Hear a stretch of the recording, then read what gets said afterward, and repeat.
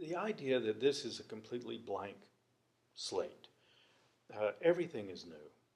And we have written elsewhere about this, the great fortune the country had in someone who was like George Washington, who realized this and then surrounded himself with people who were equally cognizant of the significance of every single move, major and minor.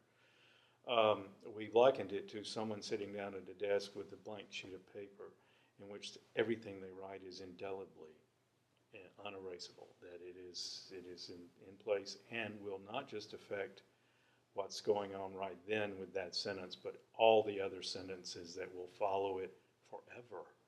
And that kind of challenge would, in someone sitting at a piece of paper, create an incredible writer's block. For someone who's establishing a new government in the uncharted seas of domestic and international affairs, well, it's no wonder that he didn't want to do it. That Washington tried every artifice and stratagem to avoid the presidency and was finally really dragooned into the job and tried to leave it as soon as he could. He actually thought he would only be there for 2 years, that he would get the ball rolling and then go home.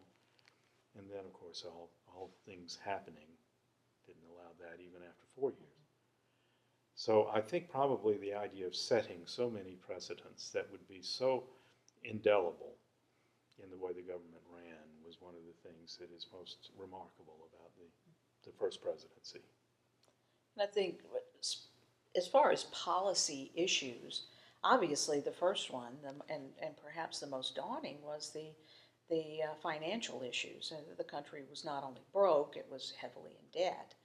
And of course, picking Alexander Hamilton to head the Treasury Department, which of course was not necessarily, he was not his first choice, that Robert Morris was probably his first choice, that it was so fortunate because Hamilton was able to certainly not pay off the debt, but to take care of those issues in a logical way, a very planful way, that certainly put him at odds with Jefferson and others, Madison first. But doing that in the way that he did, and then trusting, and the part of George Washington, trusting Hamilton to handle, because Washington was not a numbers guy. This was one area that he, I won't say was happy to turn over to someone else, but it was not something that he felt particularly comfortable with.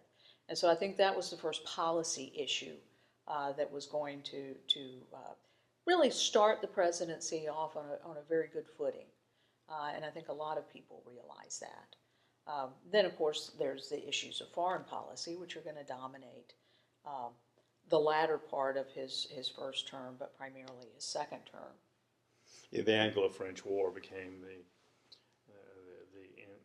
unforeseen but absolutely unavoidable controversy that began to affect almost everything in domestic politics.